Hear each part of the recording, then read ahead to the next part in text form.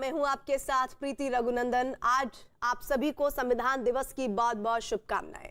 संविधान दिवस समारोह में प्रधानमंत्री नरेंद्र मोदी ने परिवारवाद और भ्रष्टाचार पर जमकर निशाना साधा। उन्होंने निशाने पर उन पार्टियों को लिया जिन्हें पीढ़ी दर पीढ़ी एक ही परिवार चला रहा है। पीएम मोदी ने यह भी कहा कि परिवारवाद स्वस्थ लोकतंत्र के लिए खतरा है। परिवारवाद पर प्रधानमंत्री का प्रहार, भ्रष्ट लोगों का महिमा मंडन क्यों, कई लोग लोकतांत्रिक चरित्र खो चुके हैं। साथ ही प्रधानमंत्री ने अपने संबोधन में कहा कि पारिवारिक दल लोकतंत्र के लिए चिंता का विषय, कुछ दल परिवार के लिए ही सोचते हैं। साथ ही परिवार नहीं, योग्यता की जरूरत होनी चाहिए।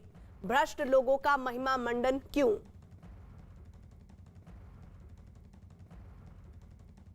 हिंदुस्तान के हर कोने में जाइए,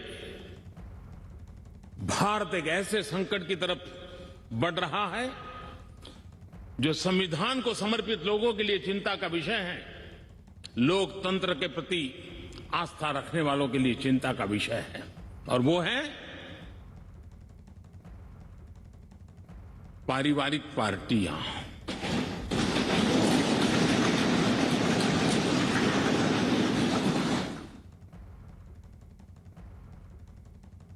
राजनीतिक दल, party for the family, party by the family,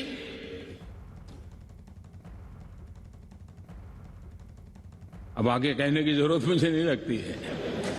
Kashmir से कन्याकुमारी हरी राजनीतिक दलों की तरफ देखिए, ये लोकतंत्र की भावना के खिलाफ है।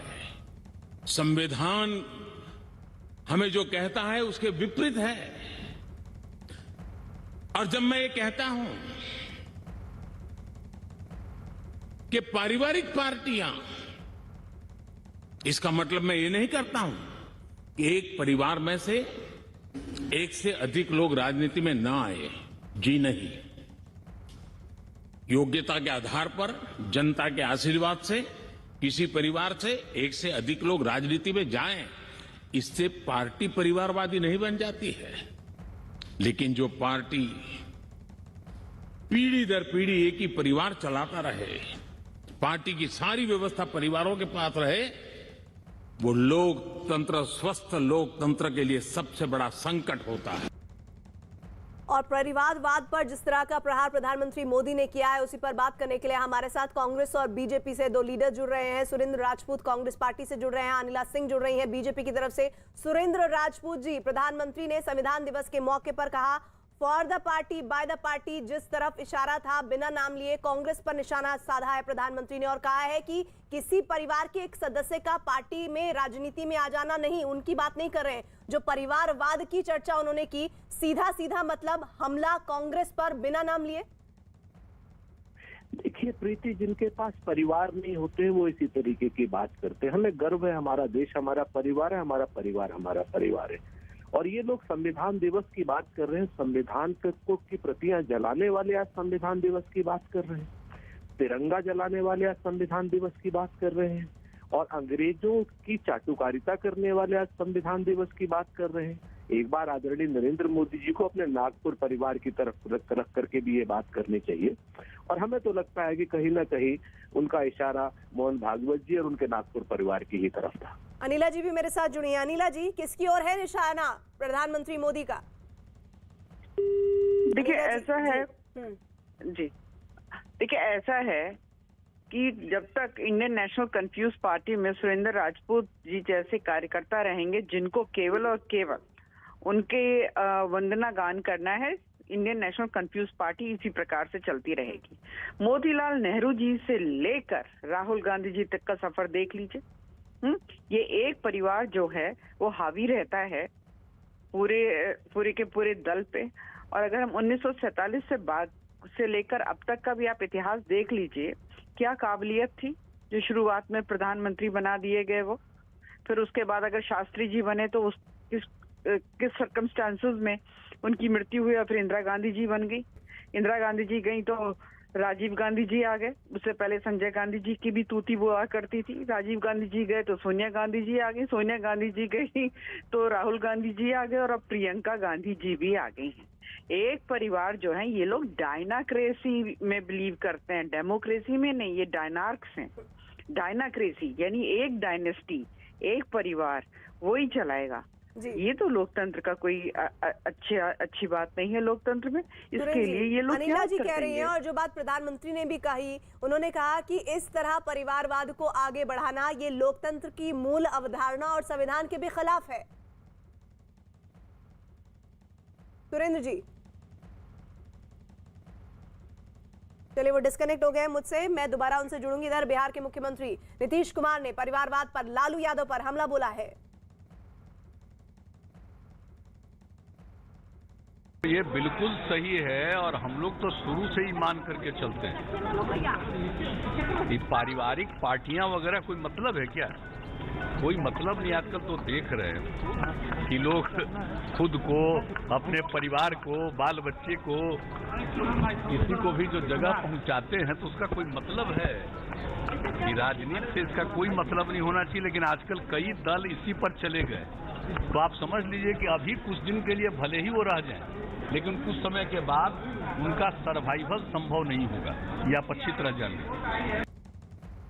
कांग्रेस नेता आनंद शर्मा ने पलटवार करते हुए कहा है कि आजादी के लिए पीढ़ी दर पीढ़ी जो जेल गए, जिन्होंने सर्वोच्च बलिदान दिया, उन्हें ये याद नहीं करते।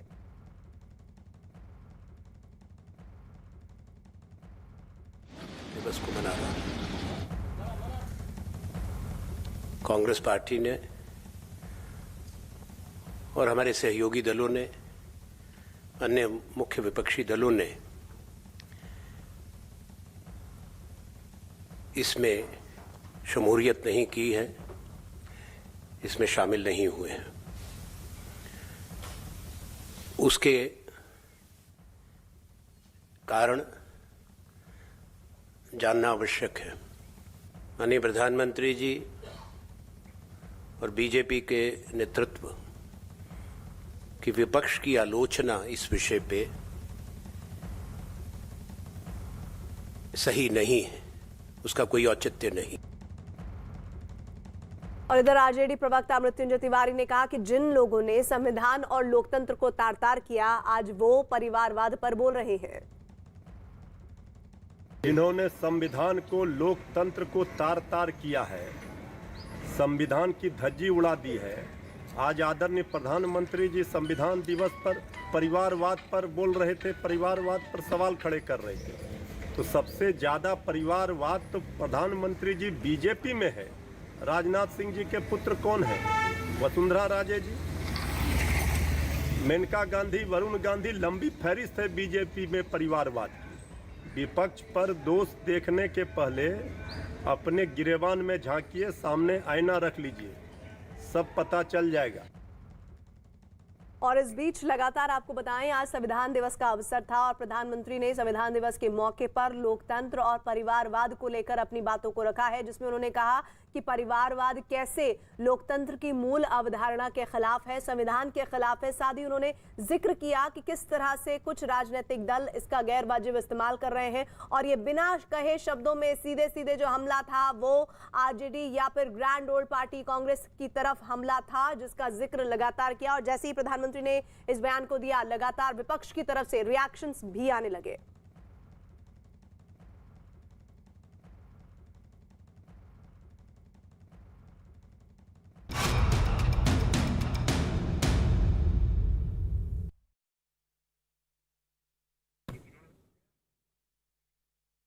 इस देश के हम रखवाले, जी हां, पाकिस्तान की सीमा के करीब भारतीय सेना अब तक का अपना सबसे बड़ा अभ्यास कर रही है। गुजरात और राजस्थान से लगने वाली पाकिस्तान की सीमा पर किया जा रहा ये अभ्यास बेहद अहम माना जा रहा है।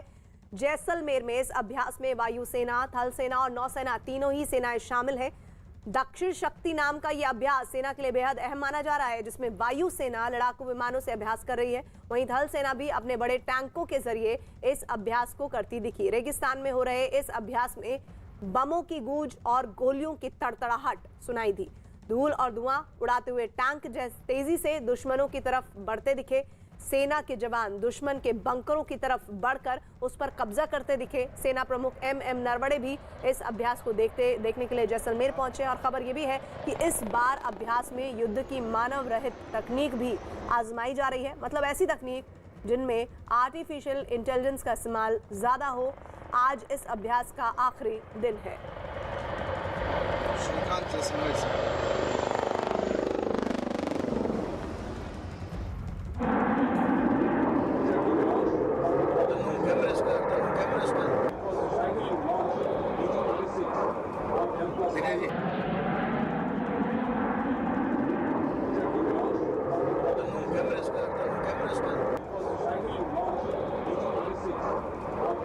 Operation Reserve, troops in open, unmanned artillery, atom and logistics element. और हमारे साथ हमारे सहयोगी संदीप बोल जुड़ रहे हैं। संदीप, सेना का ये अभ्यास न सिर्फ गर्व से भर देता है, बल्कि जो दुश्मन हमारी तरफ आंखें उठाने की कोशिश भी करता है उनके लिए भी एक बड़ा संदेश देता है। प्रीति, देखिए, भारत जो है अपनी तैयारियां हमेशा जो है वो चौकस रखता है और यही वजह है कि हर मौसम में, चाहे वो सर्दियों का मौसम हो चाहे गर्मियों का मौसम हो, लगातार अभ्यास करते रहते हैं। और ये जो अभ्यास चल रहा है ये कोरोना के काल में जो है और उसके बाद जो है ये अब तक का सबसे बड़ा सैन्य अभ्यास है। तकरीबन 30,000 सेना के जवान जो है तो इस अभ्यास में हिस्सा ले रहे हैं। और ये सिर्फ थल सेना नहीं है, इसमें वायुसेना भी है, इसमें नौसेना भी है, इसमें कोस्ट गार्ड भी है, BSF भी इसमें इंक्लूड किया गया। बाकी कुछ जितने भी इंटेलिजेंस एजेंसीज हैं उनका भी जो इनपुट लिया गया है। खासतौर पर थिएटर लेवल एक्सरसाइज है, यानी कि आने वाले दिनों में जो भारतीय सेना के जो स्वरूप बदल रहा है, थिएटराइजेशन के लिए हम लोग जा रहे हैं, उसमें इसी तरीके की तस्वीरें जो है वो देखने को मिलेगी। क्योंकि इस तरीके के अभ्यास से पहले जो है गर्मियों के दौरान पेपर में जो है इस तरीके के अभ्यास तैयार किए जाते हैं कि वॉर गेम्स होते हैं, उन वॉर गेम में जो है भविष्य की लड़ाई, भविष्य की चुनौती को देखकर जो है सारी तैयारियां की जाती हैं और उसके बाद अब उनको जो है जमीन पे उतारा जाता है। तो आप देख सकते हैं किस तरीके से एक तस्वीर में आप देख सकते हैं कि जो भारतीय सेना का जो अटैक हेलीकॉप्टर है वो नजर आ रहा है, तो दूसरी तस्वीर में टैंक जो है राजस्थान में जैसलमेर में जो है दौड़ते नजर आ रहे हैं। ये वही सब टैंक हैं जो कि इस वक्त इसी तरीके के टैंक जो है लद्दाख में भी तैनात है चीन के साथ लोहा लेने के लिए। तो यहाँ पे जो है भारतीय सेना अपनी तैयारियों को पूरी तरीके से अंजाम दे रही है और अपनी जो तैयारियां हैं, खासतौर पर कोऑर्डिनेशन, क्योंकि जब भी जंग होती है तो उसमें अलग अलग जो फोर्सेज हैं सब एक साथ जो है उनको उतरना होता है। तो ऐसे में कोऑर्डिनेशन जो है वो बहुत इंपॉर्टेंट है। साथ ही स्वार्म ड्रोन, यानी कि जो तकनीकी तौर पर जो आने वाले समय में जो लड़ाई होने वाली है या होगी, जिसमें तकनीक का सबसे ज़्यादा इस्तेमाल किया जाएगा, उसमें जो है ड्रोन सिस्टम भी है। स्वार्म ड्रोन जो है उसका भी जो है यहाँ इस्तेमाल किया गया है। किस तरीके से एक साथ 30-40 ड्रोन एक साथ उड़ के अलग अलग जिस कोऑर्डिनेशन की अभी आप बात कर रहे थे, वो कोऑर्डिनेशन एक बार फिर से इन तस्वीरों के जरिए हम समझाते हैं व्यूअर्स को। पाकिस्तान की सीमा के करीब भारतीय सेना अब तक का सबसे बड़ा युद्ध अभ्यास कर रही है, जिसकी तस्वीरें इस वक्त आप एक्सक्लूसिव न्यूज़ 18 पर देख रहे हैं। गुजरात और राजस्थान से लगने वाली पाकिस्तान की सीमा पर किया गया ये अभ्यास बेहद महत्वपूर्ण है। जैसलमेर में इस अभ्यास में वायुसेना, थल सेना और नौसेना यानी कि तीनों सेनाएं शामिल हुई हैं और दक्षिण शक्ति नाम का ये अभ्यास सेना के लिए बहुत मायने रखता है।